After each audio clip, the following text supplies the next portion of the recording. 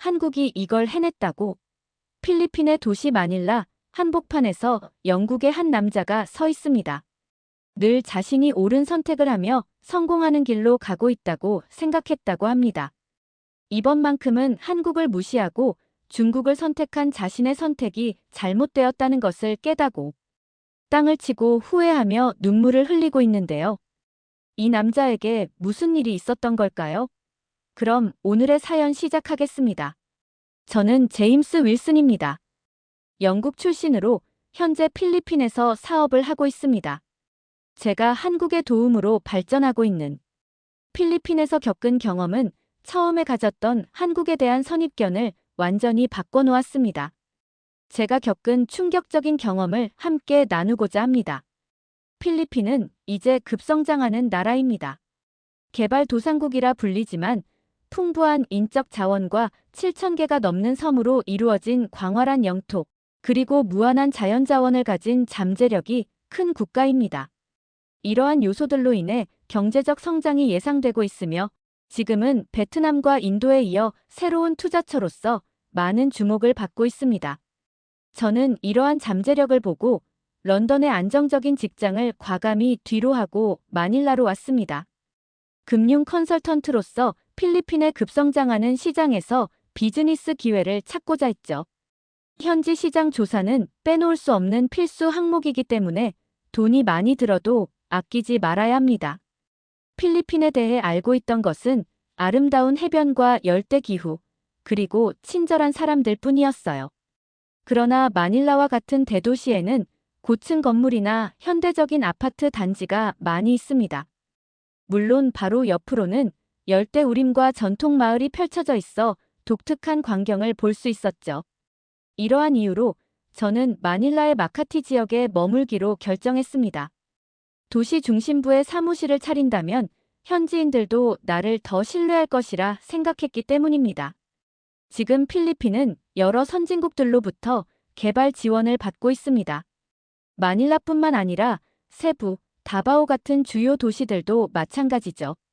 경제를 발전시키기 위해서는 도로와 교량, 항만, 상하수도, 그리고 전기가스통신 설비 등 생활에 필요한 인프라를 잘 구축하고 정비하는 것이 중요합니다. 상하수도가 제대로 작동하지 않으면 화장실에서 악취가 나고 무엇보다 물이 깨끗하지 않으면 온갖 질병과 전염병이 창궐할 수 있습니다. 전기도 현대 문명의 필수 요소로 안정적인 공급이 보장되어야 합니다. 따라서 경제 발전을 위해서는 도시뿐만 아니라 필리핀 전 영토의 인프라 시설을 모두 개선해야 하죠. 한국과 중국 같은 국가들이 필리핀의 인프라 구축을 지원하고 있었습니다. 저도 영국에서 그런 뉴스를 자주 접했습니다.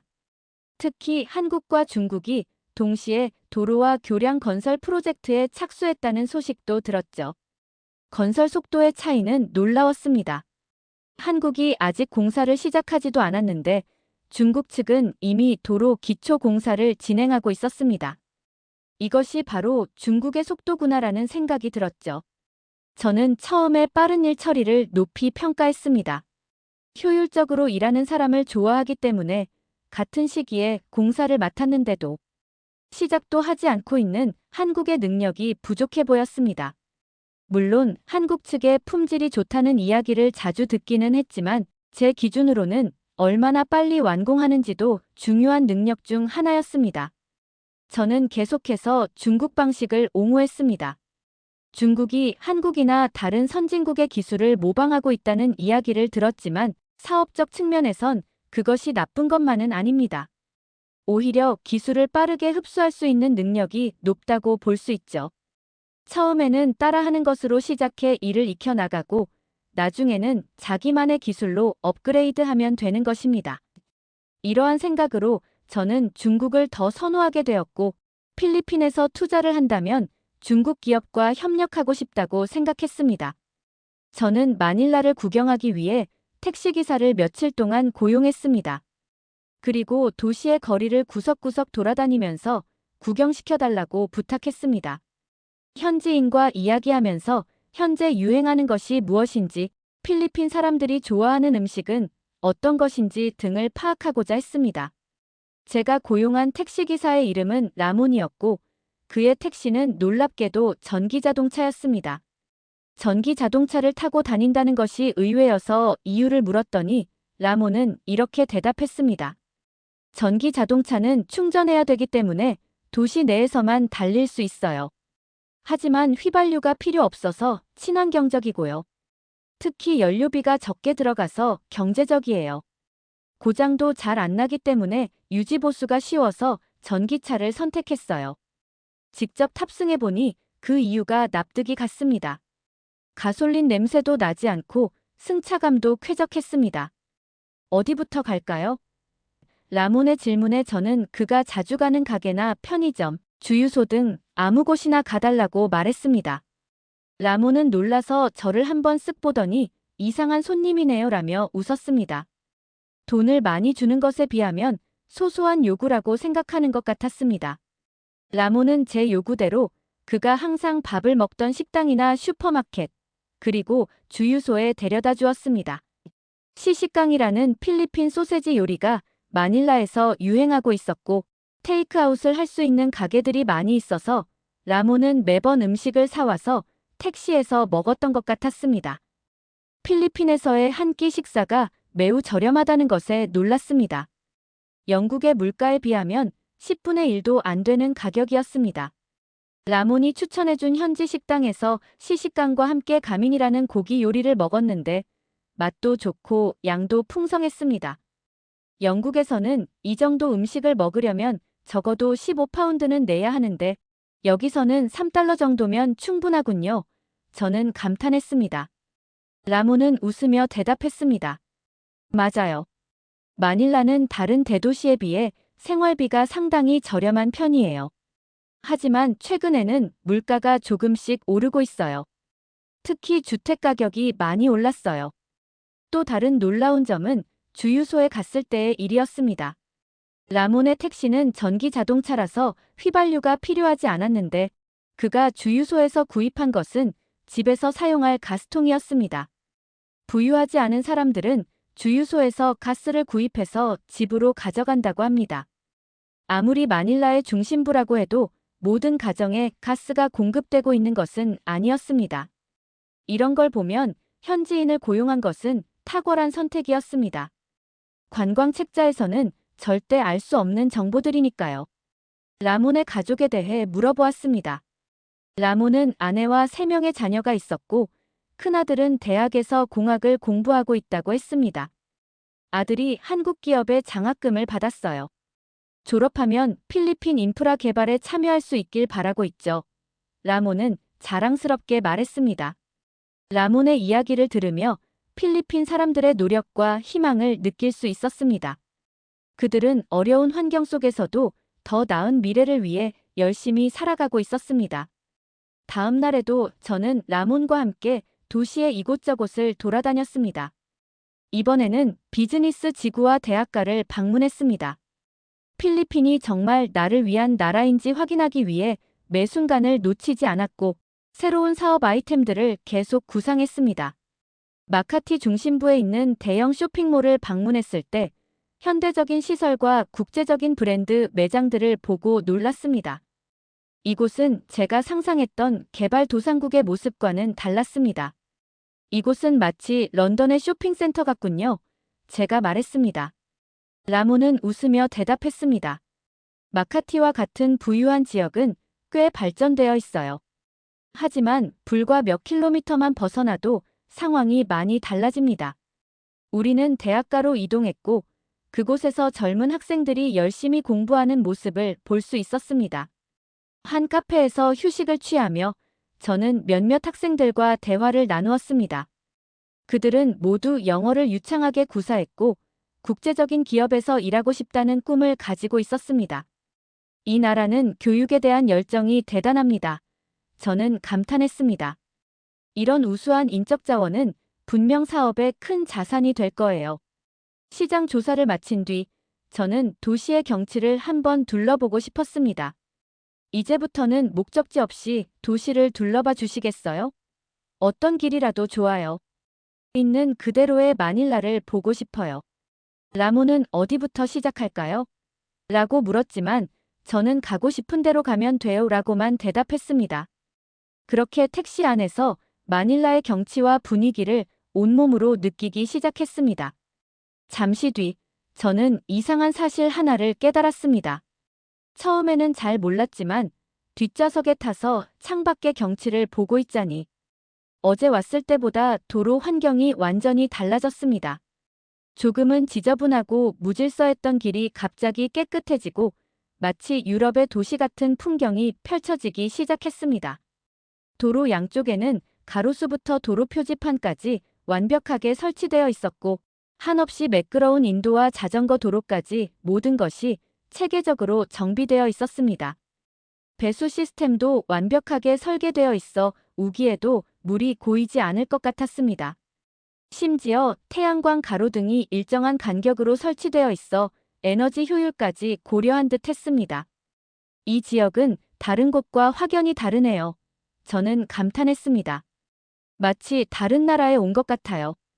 도로는 매끄러웠고 자동차들이 흔들림 없이 부드럽게 주행하고 있었습니다.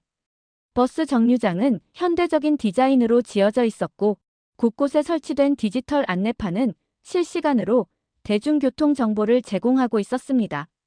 사무실을 얻는다면 이곳이 좋을 것 같은데요.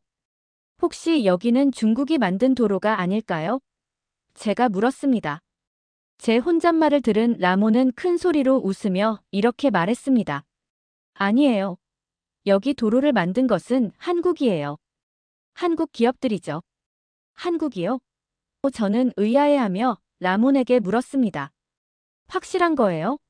한국인들이 실력이 좋다는 사실을 알고는 있지만 이 길을 만들려면 많은 시간이 필요했을 거예요.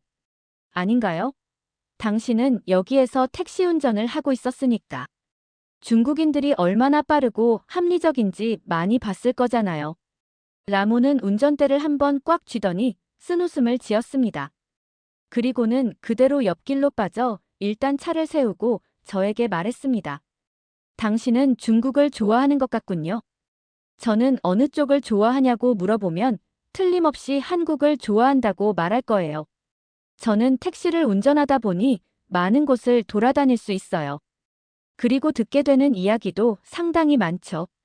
한국과 중국의 차이에 대해 이야기해 드릴게요. 라몬은 물병을 꺼내 한 모금 마시고 계속했습니다. 중국은 단기간에 많은 프로젝트를 진행해요. 사진 찍기 좋은 순간만 생각하죠. 그들은 빠르게 공사를 시작하고 언론에 보도될 때 활발하게 일하는 모습을 보여줍니다.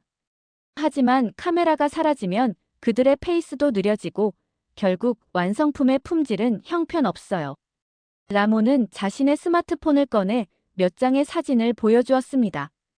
그것은 태풍 후 무너진 다리와 깨진 도로의 모습이었습니다.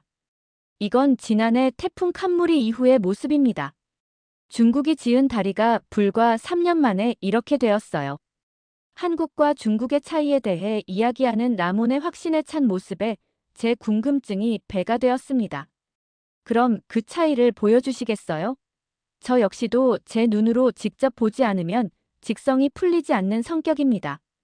라몬은 아까보다 환한 웃는 얼굴로 그럼 지금 당장 보여드릴게요라고 말하며 차를 어디론가 출발시켰습니다.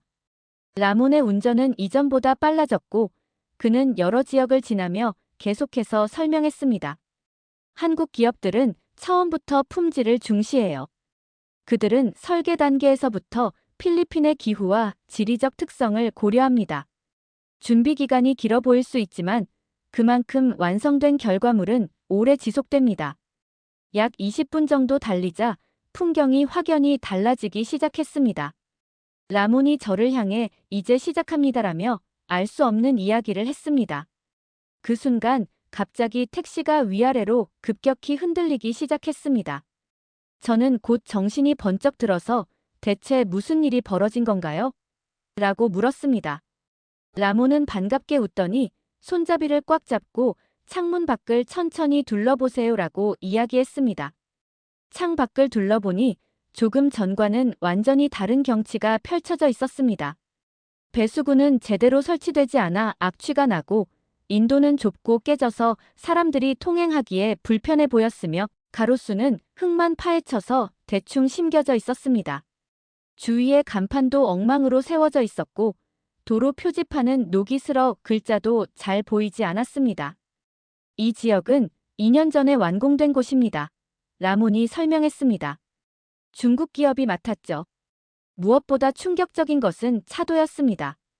얼마나 울퉁불퉁하게 시공되어 있는지 지나다니는 모든 차량이 위아래로 흔들리며 앞으로 나아가고 있었습니다.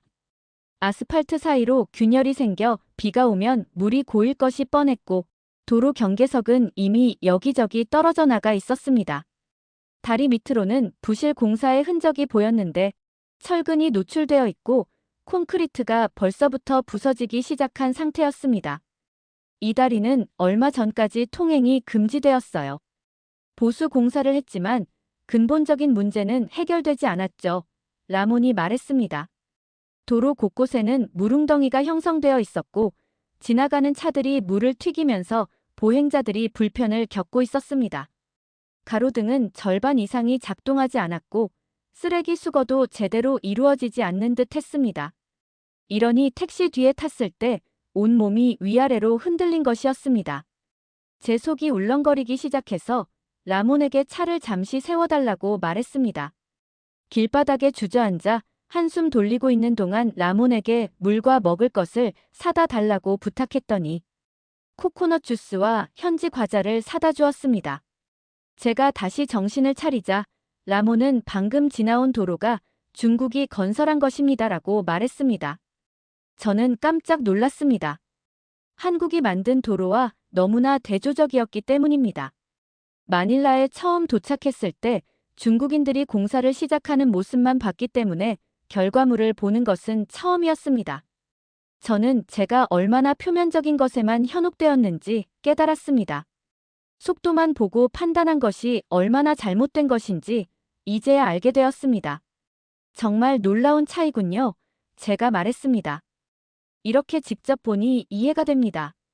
외관상 보이는 것만으로 판단해서는 안 되겠군요. 라몬은 몇 가지 놀라운 사실을 더 알려주었습니다. 한국 기업이 지은 교량은 2019년 태풍 칸무리가 왔을 때도 끄떡없었어요.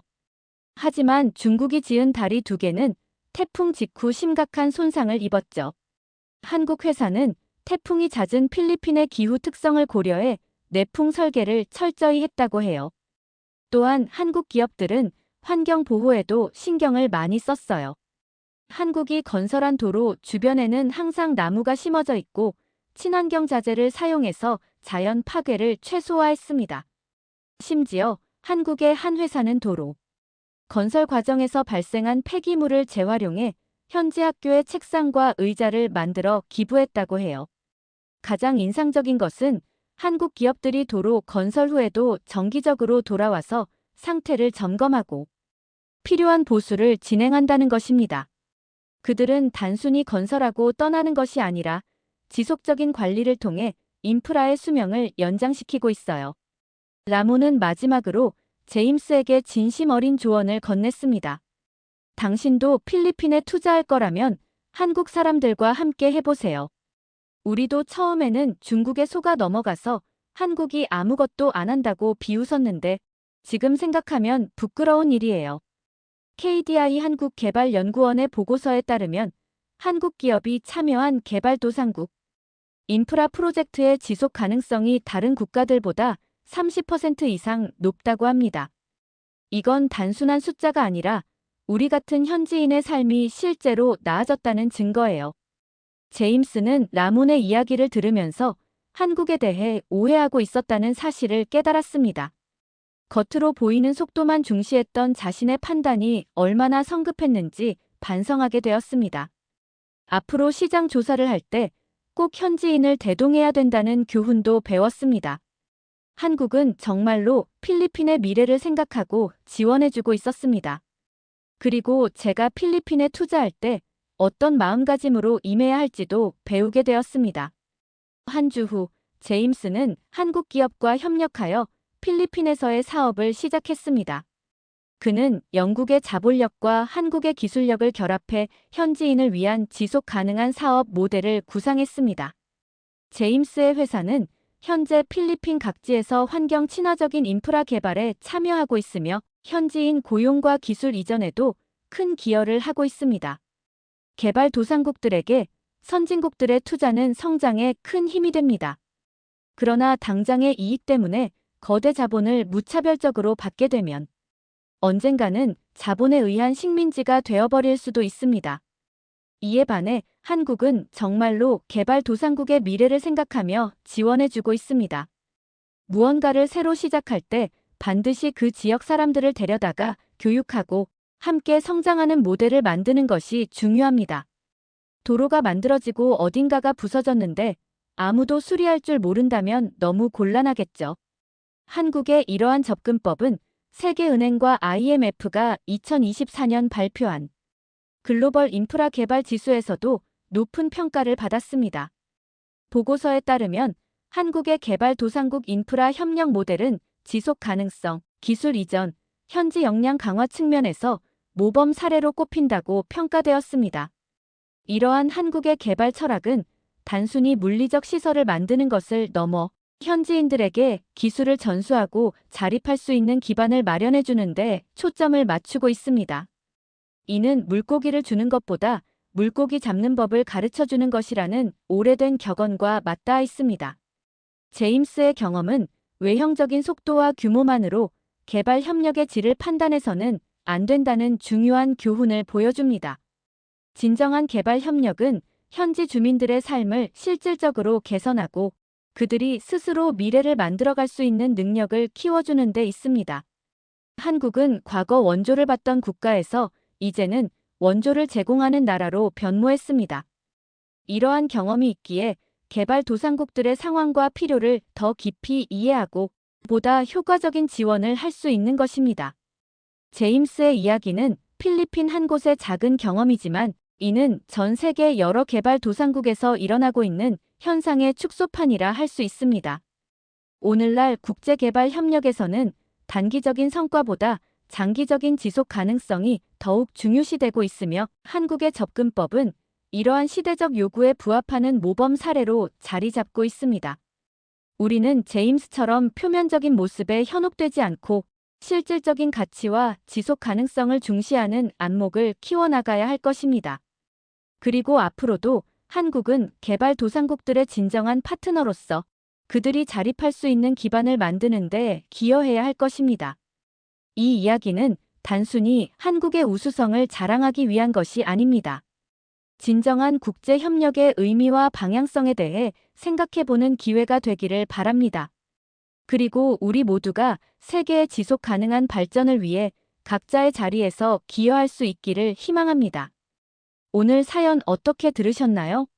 오늘 사연이 재밌으셨다면 구독, 좋아요, 알림 설정 부탁드립니다. 끝까지 시청해주셔서 감사합니다.